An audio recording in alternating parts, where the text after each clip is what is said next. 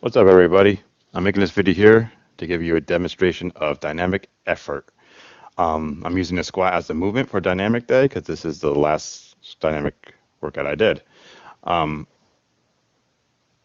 the problem I'm seeing a lot of people do is they'll have a program wherever they get it from, and they will have a dynamic day written by the person that made the program for them, and they'll slaughter the concept by doing heavy day. Um, the heavy days are meant on, well, max effort day, not dynamic day. Dynamic day is supposed to be explosive. It's about explosive movement. Uh, the way it was described to me at one point in time was form over speed and then speed over weight on dynamic day. It's important to keep that pecking order in line. Otherwise, you kind of you get off topic. I've blatantly seen people doing max effort on dynamic day, and they say, "Oh, I have bands and chains on the bar, so I'm moving dynamically." But no, you're moving slow. You just have bands and chains on the bar while you're moving slow. Um, they're actually, in some cases, you're doing like an overload concept, which is a really, really heavy day with bands and chains. Just make sure you're staying in your lane with what you're doing. The video I have here has me doing these reps, and these pretty much this is the speed you should be moving at. This is the bar speed, and this works for anything. This works for deadlifts. This works for the bench presses, the overhead presses. If it says dynamic bench day, the bar should be moving about the same type of speed. Um, like I said, take this time to dial in form because if your form is sloppy, which is something else I see people doing really, really light weight and they're moving it really, really fast, but sloppy. They're sliding around everywhere. Their backs are bending. Your form shouldn't break during this.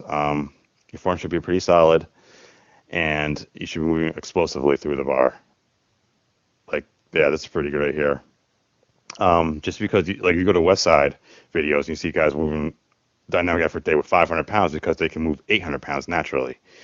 Don't think the weight is as important on dynamic day. It's important on max effort day. I'd actually suggest that if you feel that way on dynamic day, that it's too late. You need to do more on max effort day. Um, yeah, here we go. So, I don't know what the weight is right here, but this is pretty solid stuff right here. I don't have any knee sleeves or back belt. This is all natural. But make sure that you stick with the concepts that are on the paper. It's very important that you do reps, max effort, or dynamics, or even overload, but on the days that are assigned in your programming. Don't go out of order.